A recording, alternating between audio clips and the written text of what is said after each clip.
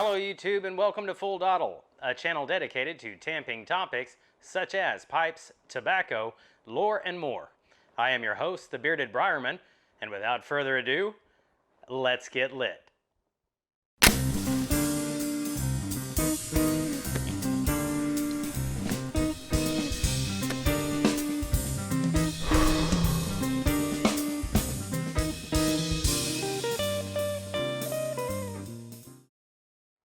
Welcome back everyone, and on this episode of Full Dottle, I'm going to be doing a first impressions of Cornell Diehl's Easy Times. This was a special request, so I'm going to go ahead and do a first impressions on it and a review in 1 week. But I do want to give just a little bit of a background on requesting tobaccos for me to review. I love to review tobaccos, and I'm open to suggestions. Anybody who has one that they'd like to hear me review, go ahead and send it my way. My only rules on it are I do not and I will not smoke or review any tobaccos that have any type of chemical or flavored toppings or casings. I don't do aromatics or anything like that. If you go to tobaccoreviews.com and search the tobacco out, look under flavorings. If it says none, I will review it. If it has anything under flavorings, I don't care what it is. If it doesn't say none, then I won't do it. And it's just my personal preference. I do not smoke any tobaccos that have any flavorings whatsoever. So that is my only rule to it.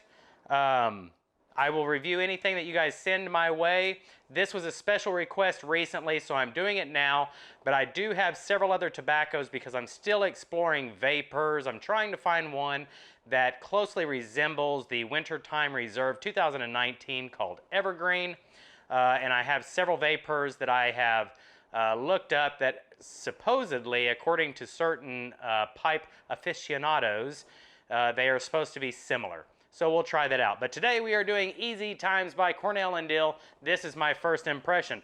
And with all of my first impressions, I am going to be smoking it in my AKB Meerschaum. This is a Tekken. It is a tomato shape with lattice finish.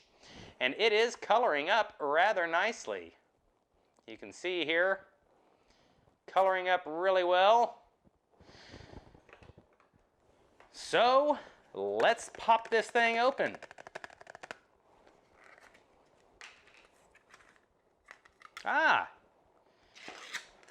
Forgot to read what Tobacco Reviews says about it. Let me give you my 10 note here, and then I will read you what Tobacco Reviews says.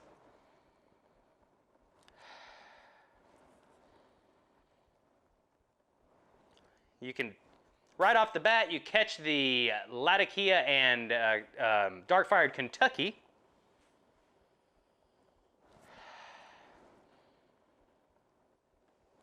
It's hard to say which one is more vocal, whether it be the Latakia or the Dark-Fired Kentucky.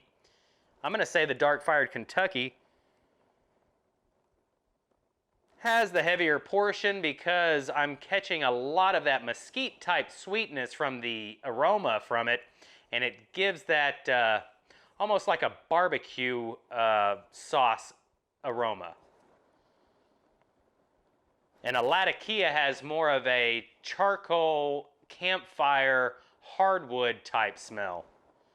So I'm catching a lot of the Dark-Fired Kentucky with the Latakia in the background.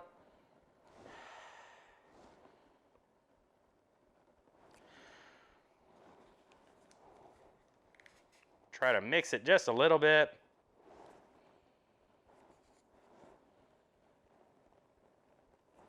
Those are really the strongest proponents. I'm not catching a lot of the Red Virginia, the Perique. You can catch the nutty, woody side of the Burleys, but it's basically going to be your smoky Latakias and your Dark-Fired Kentuckys on this one. Let's see what tobaccoreviews.com says about it.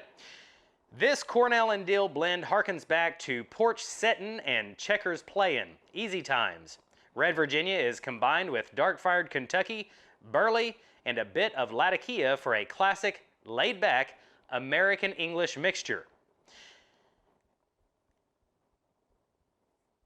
G.L. Peace noted that the famed 20-year-old Kentucky stock, which were shared between G.L. Peace and Cornell Diehl, was exhausted sometimes in 2012, and since then that blend using a different, though exceptionally similar, supply of Kentucky, which this is my first impression of this, so it's going to be a fresh 10. Usually my first impressions are not going to be comparing old blends to new blends as far as recipes. So it is a Cornell Diehl brand. It is Craig Tarler's blend.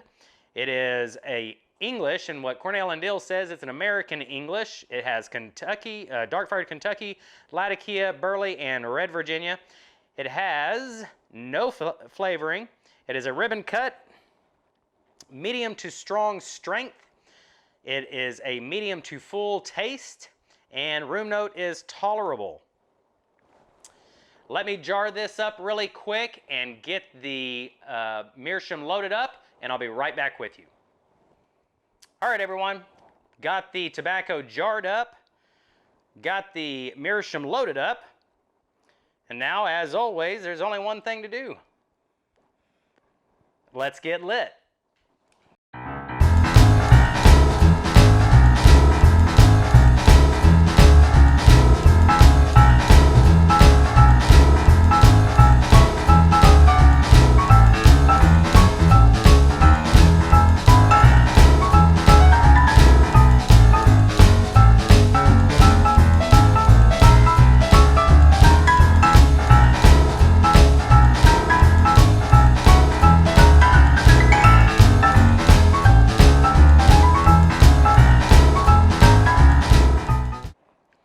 Okay.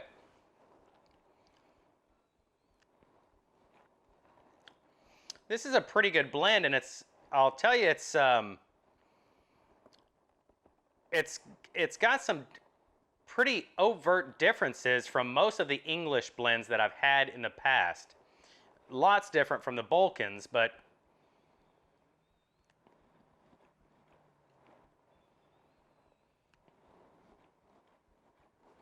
the main player that's coming out to me, it's actually really hard to settle on the up front. The Latakias come through. You can easily catch that campfire smokiness.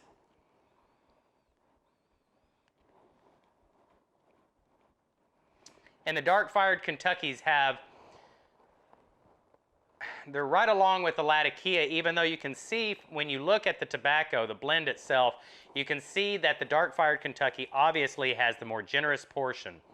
But for whatever reason, it's balanced enough between the dark-fired Kentucky and the Latakia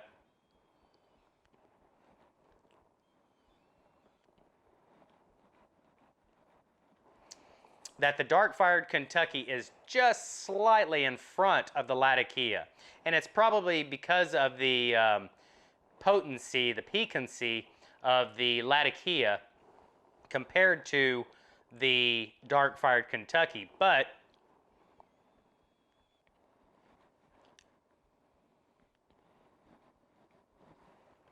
the dark-fired Kentucky offers those sweeter...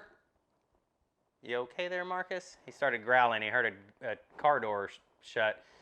You can taste those sweeter, clove-like, cinnamon-type sweetnesses from the dark-fired Kentucky that kind of overlay the smoky quality, that mesquite sweet smoky quality of the dark-fired Kentucky, with the Latakia right behind it, just, you know, like it's passing the baton to the next racer in the relay. And it's coming through with that sour mustiness that the Latakias are known for. What's interesting about this, though,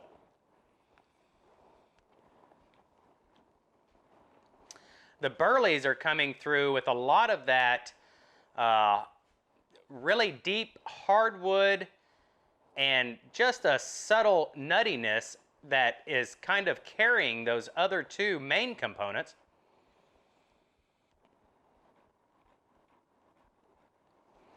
And the burley in combination with the perique is offering just a little bit of spice on the retrohale, and it's causing just a little bit of a sharper mouthfeel to it.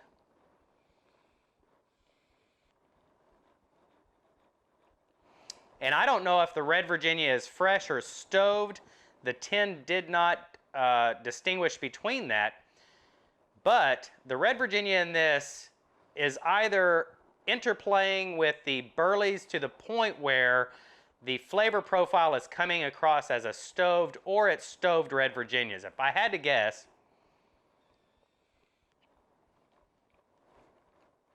I would say they are stoved Red Virginias.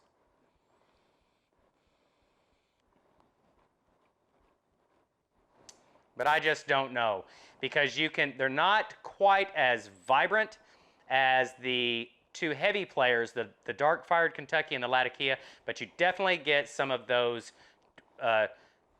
very subtle tartness, like red fruits. I call them red fruits, raspberries, a little bit of plum maybe at points.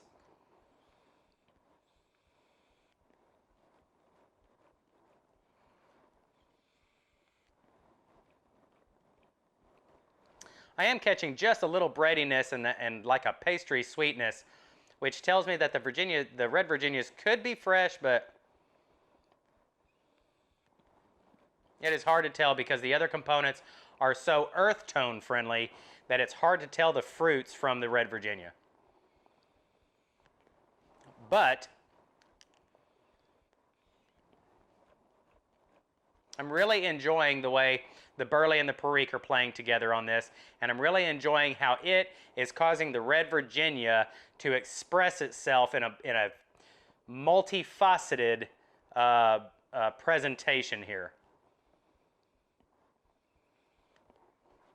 This is a pretty good blend. I haven't been smoking a lot of English's Latakia laden blends recently, and this does not have a lot of Latakia.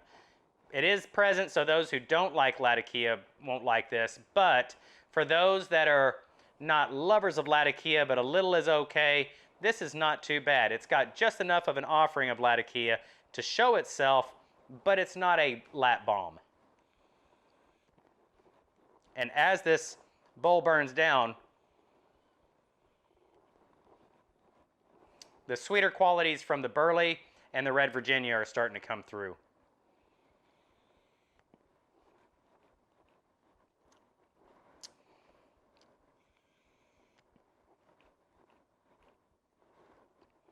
And the dark fired Kentucky is the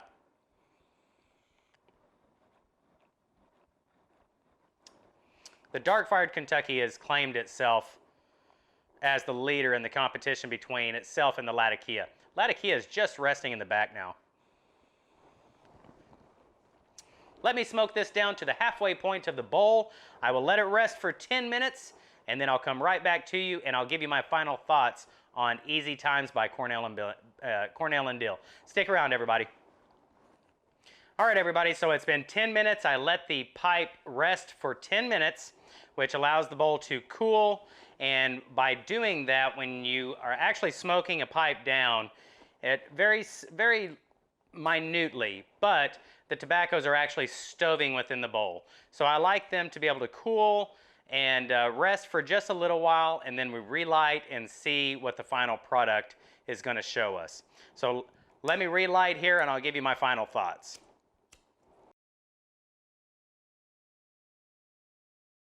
Very thick, beautiful smoke.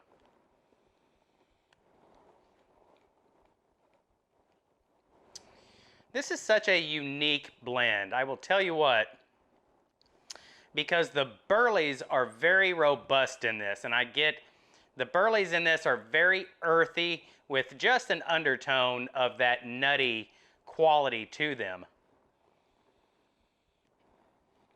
But I'm getting a lot of earth and hardwood from the burleys in this, and it's giving me just a little bit of a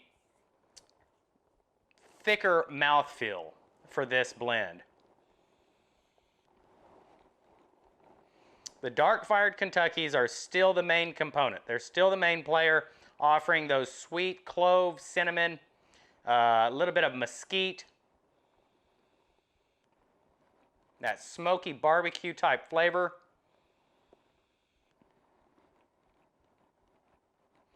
And the Latakia, the dark-fired Kentuckys are just floating on the surface of the Latakias.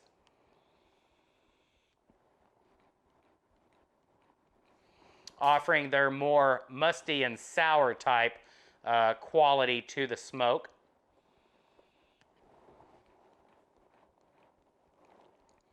And I'm still undecided on whether or not this was fresh red Virginia or stoved red Virginia, because the Burleys, between the dark-fired Kentucky, the Burley, and the red Virginia, they are playing together and causing the red Virginias to behave in a way that is unique to this blend for sure.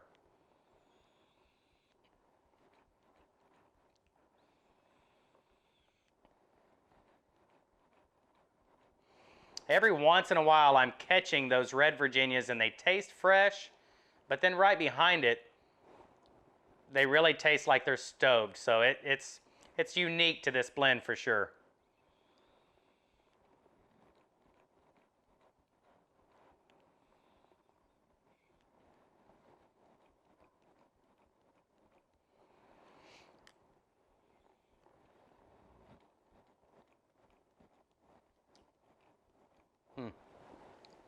This is just a very enjoyable American English blend.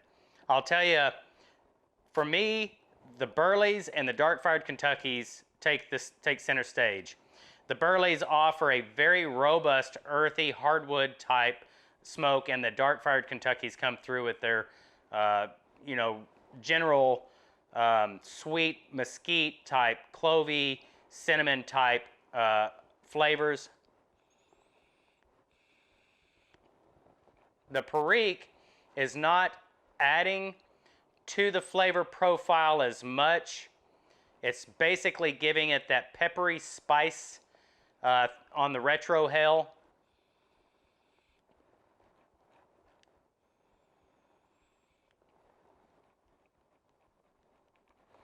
And you can just barely catch that bogginess from the Perique, but so light that really I think the main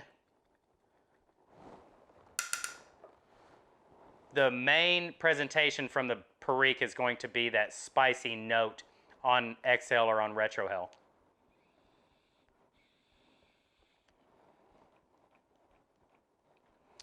Really good blend. I really enjoy this.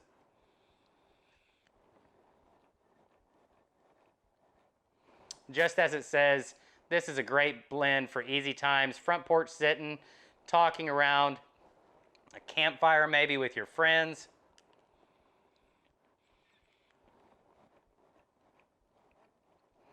But not so overtly smoky as to cause it to be an autumn blend.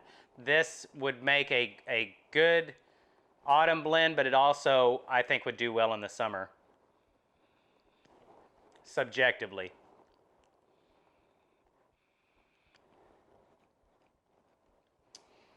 Ethan, Parsimonious Piper, I would love to hear what you think about this. I think this has got enough dark-fired Kentucky that it might be right in your wellhouse. Anyway, folks, great blend. Stick around for the full review in 1 week. I'll do a full review on it. I'm still undecided if I'm going to continue doing the full reviews and the first imps. I feel like it's a little bit redundant, but at any rate, I will do a full review on this in 1 week.